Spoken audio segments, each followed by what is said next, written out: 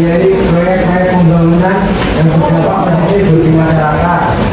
Dua, meningkatkan kesejahteraan melalui program-program sosial dan pembangunan infrastruktur APBN berkontribusi terhadap peningkatan kesejahteraan rakyat.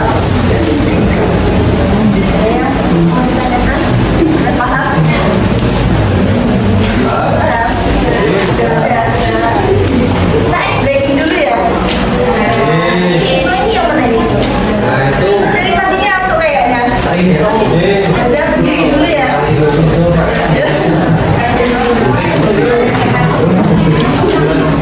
Jadi gini, nanti kalau ibu bilang mau pagi lagi 1 kali, yang 2 kali, malam 3 kali. Nanti kalau ada yang nggak fokus, misal dia jadi ketua kelompok yang nanti akan diberikan nanti maju ke depan ke pertama. Oke? Pagi, malam, siang, pagi, malam, sore, siang.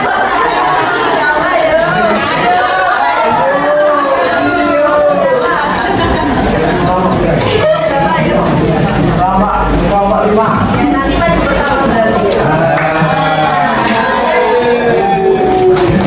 Bagian di sini pada jadi gini, nanti kalian udah punya kelompok semua? Udah. Nah, nanti setiap ketua kelompok maju ke depan, ambil soal dalam kuliah. Kelompok pertama maju. Siapa kelompok pertama? Kelompok 1. Ya, kelompok 1.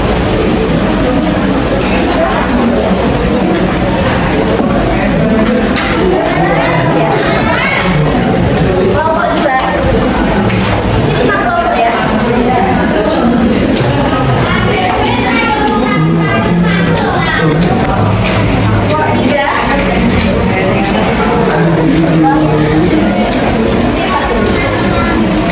Kelompok 4.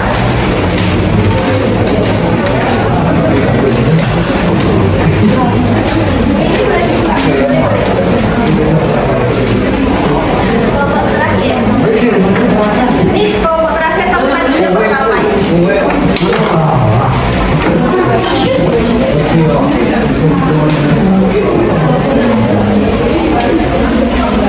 Jadi nanti silahkan dibuka soalnya dulu. Setelah itu kalian lihat disuruh ngapain. Dan setelah kalian sudah menemukan jawabannya sama kelompok, nanti duduk 1 persatu atau 3 kelompok maju ke depan. Ada yang ditanyakan mengenai cara pengerjaan? Tidak. Silahkan ditanyakan sama kelompok.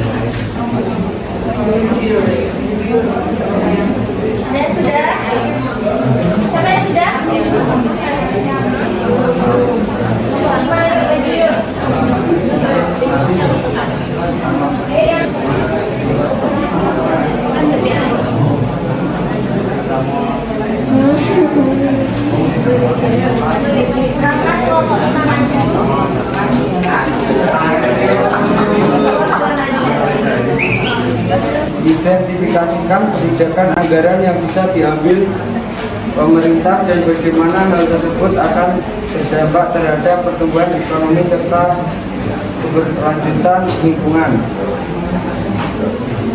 Berikan solusi konkret untuk meningkatkan keterbukaan informasi terkait anggaran dan bagaimana masyarakat dapat lebih aktif mengawasi penggunaan APBN oleh pemerintah. Jawabannya, tantangan publik dalam proses anggaran. 3. Korupsi dan pengelolaan yang tidak efisien. Solusi konkretnya, yang pertama, penguatan sistem digital, transparansi APBN disusun agar dapat mengantisipasi krisis di masa depan tanpa mengorbankan pembangunan jangka panjang. Diskusikan pentingnya. Judul efektivitas APBN dalam menyelesaikan pertimbangan sosial. Pemerintah setiap tahun merancang APBN dengan tujuan memperbaiki kondisi sosial ekonomi masyarakat.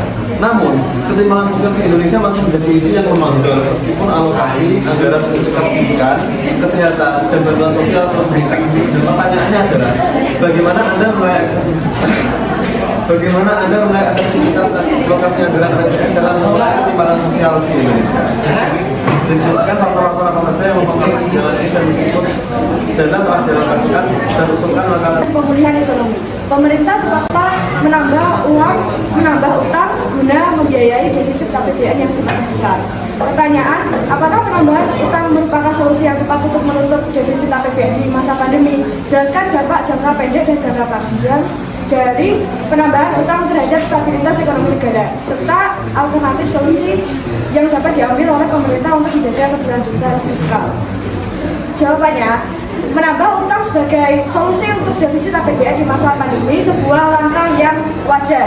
Kasih W, kasih O, kasih W. Wow, keren. Wow, keren. Wow, keren. Wow, keren. Oke ya.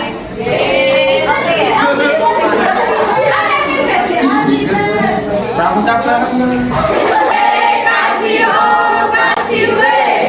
Wow, keren. Wow, keren. Wow, keren.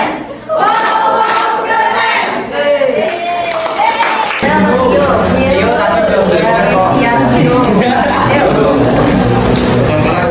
Kesimpulannya adalah APBN adalah anggaran yang disusun pemerintah untuk membiayai penyelenggaraan pemerintahan selama 1 tahun. Tujuan APBN dalam rangka memenuhi undang-undang sebagai pedoman dalam mengelola keuangan negara dan mendukung pencapaian sasaran pembangunan. Dan juga sudah mempresentasikan ke depan satu-satu. Kurang lebihnya mohon maaf. Wassalamualaikum warahmatullahi wabarakatuh.